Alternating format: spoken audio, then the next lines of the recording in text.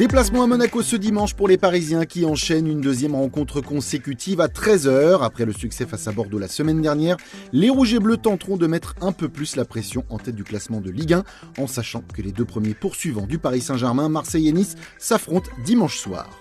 Vous avez rendez-vous avec la conf de presse de Mauricio Pochettino en direct sur PSG TV à partir de 13h ce samedi, précédé du premier quart d'heure de la séance d'entraînement que nous vous proposerons aussi en direct à partir de 11h.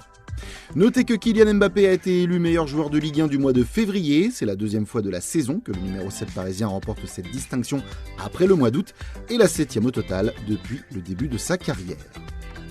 Mbappé qui a d'ailleurs été appelé par le sélectionneur de l'équipe de France Didier Deschamps avec Presnel Kimpembe pour le prochain rassemblement des Bleus qui affronteront l'Afrique du Sud et la Côte d'Ivoire en match amical lors de la prochaine trêve.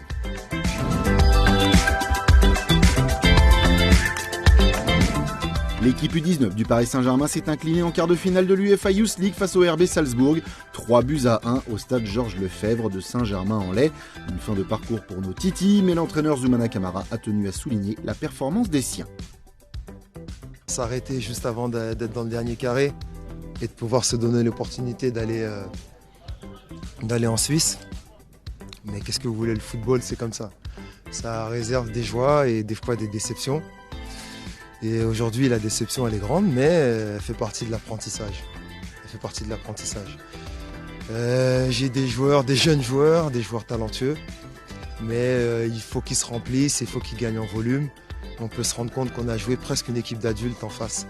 Une équipe qui est habituée à jouer dans son championnat en D2 autrichienne et qui a chaviré en première mi-temps, qui a su résister et qui physiquement a continué à faire des courses et a continué à mettre de l'intensité en deuxième mi-temps, là où nous, en deuxième, on a un peu pêché, on a plongé.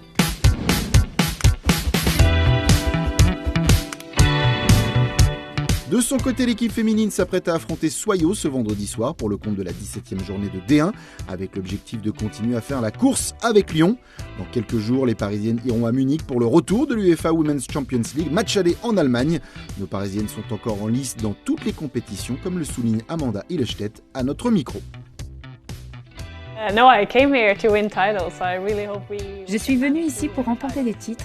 Nous avons l'opportunité d'en gagner 3, la Coupe de France, le championnat et la Champions League. Et nous allons tout faire pour soulever le maximum de trophées.